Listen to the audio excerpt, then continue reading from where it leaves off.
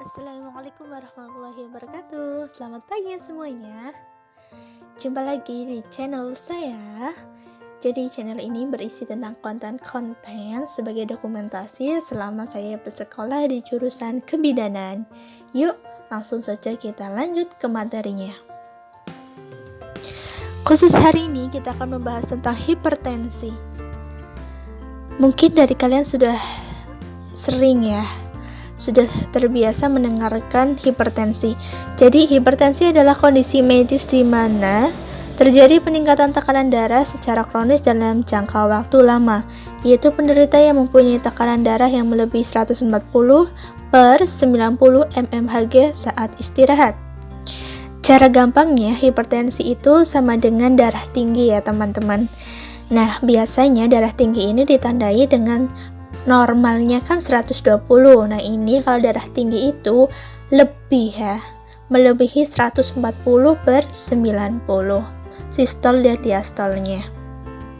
Untuk memperjelas apa itu hipertensi dan penyebabnya, yuk langsung saja, let's go. Tekanan darah, tekanan yang dialami darah pada pembuluh arteri darah ketika darah dipompa oleh jantung ke seluruh anggota tubuh manusia. Bagaimana cara kita bisa mengetahui tekanan darah kita?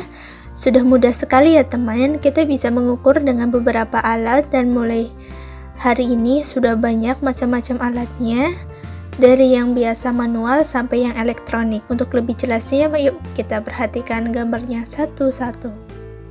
Next, penyebab hipertensi. 1. Tidak diketahui.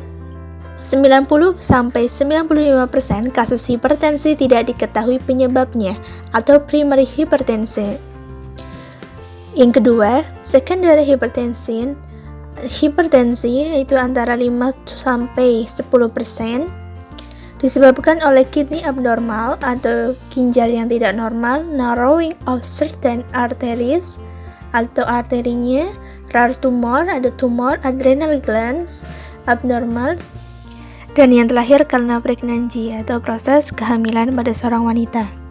Secara epidemiologi, hipertensi diperkirakan menjadi penyebab kematian sekitar 7,1 juta orang di seluruh dunia, yaitu sekitar 13% dari total kematian.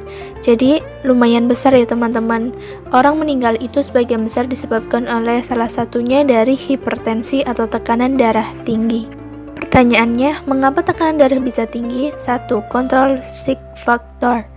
Di sini ada beberapa resiko kenapa bisa tekanan darah bisa terjadi. Ini ada resiko yang bisa ditanggulangi bisa dicegah.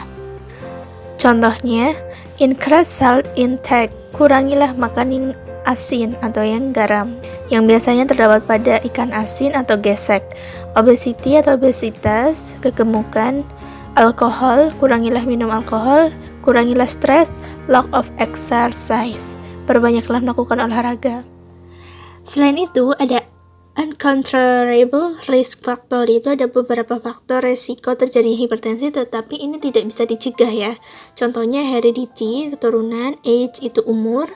Jadi biasanya ini sangat besar peluangnya mengenai orang tua atau orang dewasa yang berumur antara 35-50 tahun. Selanjutnya ada faktor ras. Salah satunya ada faktor ras, 1 out of every 3 African American. Jadi ada yang ras khusus Afrika Amerika. Ada higher incident in non-Hispanic Black and Mexican American. Jadi ada beberapa ras di luar sana yang emang sudah mempunyai keturunan atau mempunyai faktor hipertensi tinggi. Bila di antara kalian atau keluarga kalian yang terkena hipertensi, terus bagaimana cara kita untuk menanganinya? Ada 2 cara. Yang pertama, penata laksana norfarmakologi atau perubahan gaya hidup. Bisa dilakukan dengan penurunan berat badan, penurunan asupan garam, menghindari faktor resiko merokok, minum alkohol, hiperlipidemia, dan stres. Kalau ada non-farmakologi, pasti ada farmakologi atau dengan obat.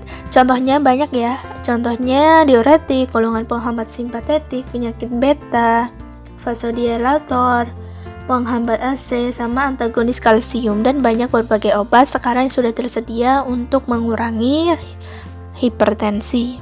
Yap, di sini sudah dijelaskan contoh obat-obat anti hipertensi, ada diuretika, ada penghambat simpatetik, penyekat beta, vasodilator, penghambat AC. Nah, di sini 10 cara untuk mengontrol tekanan darah. 1. Ketahuilah tekanan darah Anda apakah diperiksa secara teratur. 2. Ketahui berat badan Anda apakah proporsional, apakah tubuh Anda bisa ideal. 3. Jangan gunakan garam yang berlebih pada makanan, hindari makanan asin. Boleh kita makan tetapi hanya secukupnya, karena sesuatu yang lebih itu tidak bakal baik untuk kesehatan kita. 4. Makan makanan yang diet rendah lemak, jangan merokok ya. Minum obat seperti yang sudah diresepkan oleh dokter atau tenaga kesehatan lainnya. 7. Sering berkonsultasi dengan dokter. 8. Rutinlah berolahraga. 9. Ajak anggota keluarga Anda untuk mengontrol tekanan darah secara teratur. 10. Hiduplah secara normal dan bahagia. Siapa sih di sini yang gak mau sehat, ya kan teman-teman? Jadi semoga materi hari ini bermanfaat bagi kita semua. Mohon maaf bila terdapat salah-salah kata, ambillah manfaatnya, buanglah yang salah. Untuk memperjelas materi hari ini, saya juga sudah menyiapkan tentang beberapa jurnal yang sudah saya pernah posting. Saya akan lampirkan di atas ini. Jangan lupa ditonton ya teman, semoga bermanfaat. See you next time.